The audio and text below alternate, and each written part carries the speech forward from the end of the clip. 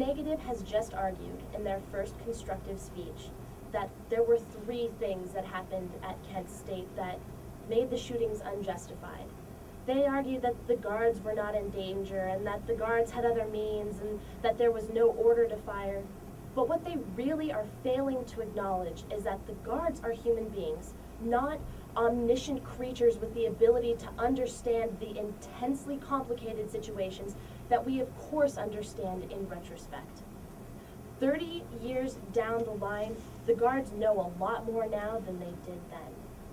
But what they did know then was that they had been told that there were weathermen, that there were bomb threats, that there was LSD in the water.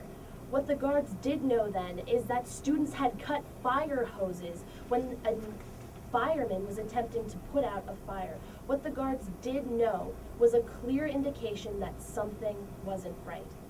And they didn't know that 30 years from now, we would come to the conclusion that that something would be them. These guards are people, and they acted out of their own ideas of what was happening at that time.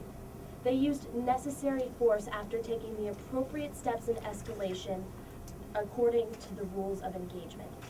The guards had tear gas, and yes, they left with tear gas, but unfortunately the guards didn't have the communication necessary at the leadership level to inform everyone of exactly how much tear gas they had and when they were going to throw it at the students. And honestly, if I was having tear gas thrown back at me the way that the guards were, I imagine it would be hard to communicate that also. Today we're going to ask you to find for the affirmative, and we are going to prove to you that the shootings at Kent State were justified, because the guards were people, they weren't omniscient.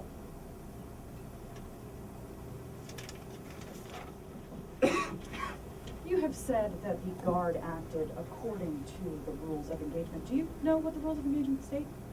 I do, I've read them, but I Yes. can't What recite them do verbatim. the rules of engagement state? Verbatim? Yeah.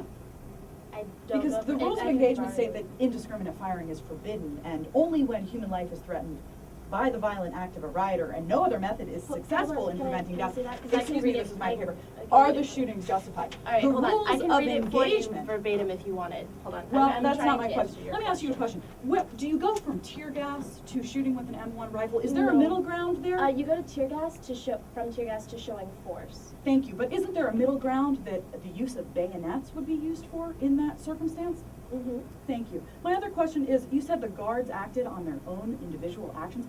Aren't the guards required to answer a command in order to shoot? Aren't the guards human beings, and then When they the could not guards have heard are the doing command their to shoot? duty, yes, they are required to act as a result of the command.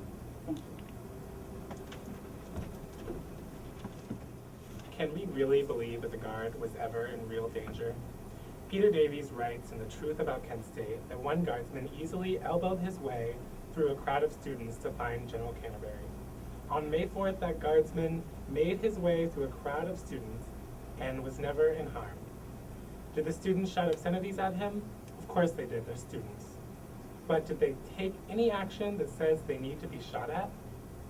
Jeffrey Miller was 80 to 90 yards away when he was shot. Allison Krauss was 100 yards away. And William Shorter and Sandy Schuer were approximately 130 yards away. The protesters were in the parking lot south of Prentice Hall, with the most of them being about 80 feet away from the guard. And this is when the guard shot. With all these unarmed students so far away, with nothing more than a couple of rocks and a few dirty words, why would the guard shoot? They clearly could have taken other means. They clearly could have waited out the heat of the moment.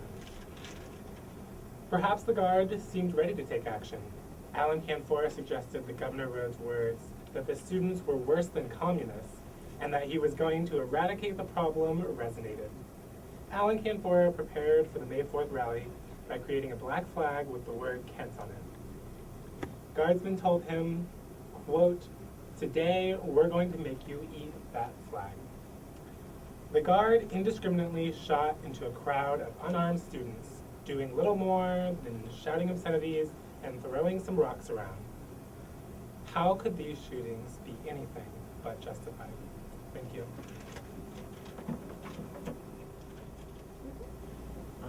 Had Governor Rhodes and the other political figures not expressed that there would be a truckload of Weathermen, a notorious terrorist group, arriving at Kent State? Yes, I guess they had some information about All right, that. had the National Guard not been informed that there would be weapons on campus? There were any weapons found? But that's irrelevant. Have you seen the video 13 seconds? I have. So, you are aware that they have been dealing with bomb threats all morning.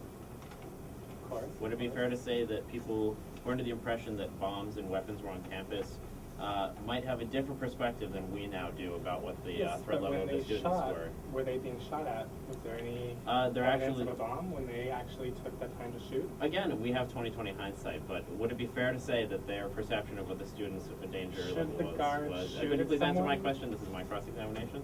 I understand. Should the guards shoot at someone though? No, see, I asked the questions.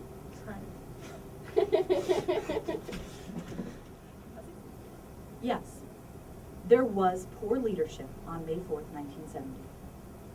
But poor leadership is not a means of justifying the deaths that occurred at Kent State, and neither is a frantic National Guard. My opposition would like you to believe that the events leading up to May 4th were tense, perhaps a civil emergency, but the shootings occurred on May 4th.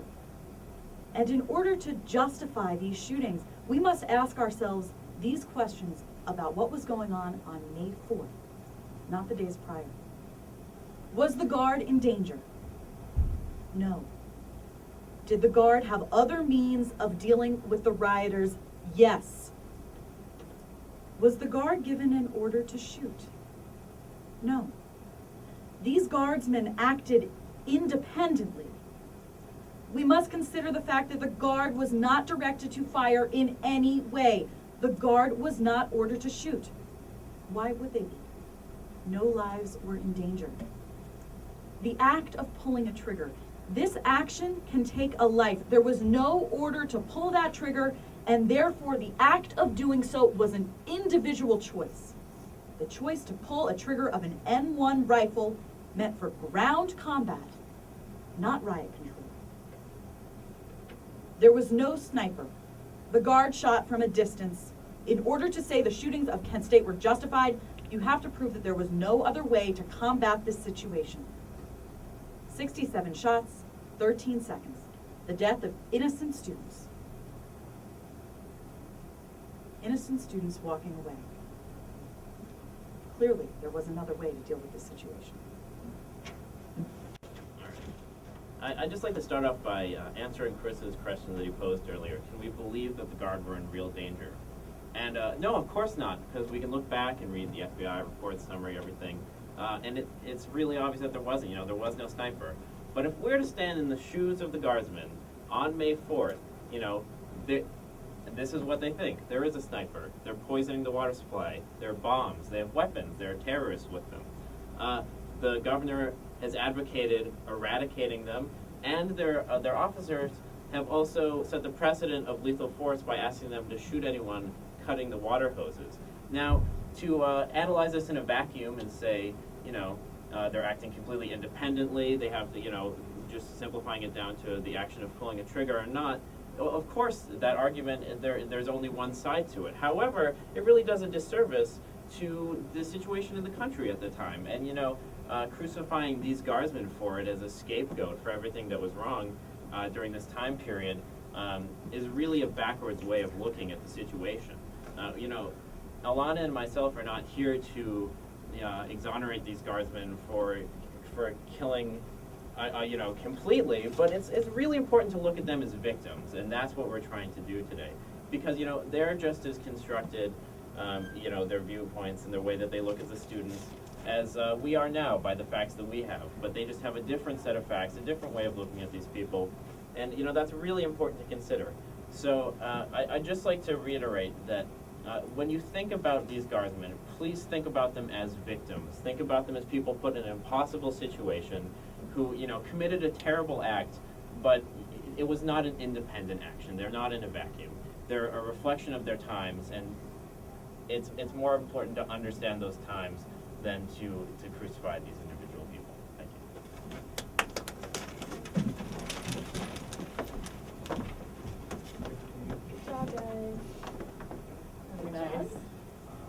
nicely done.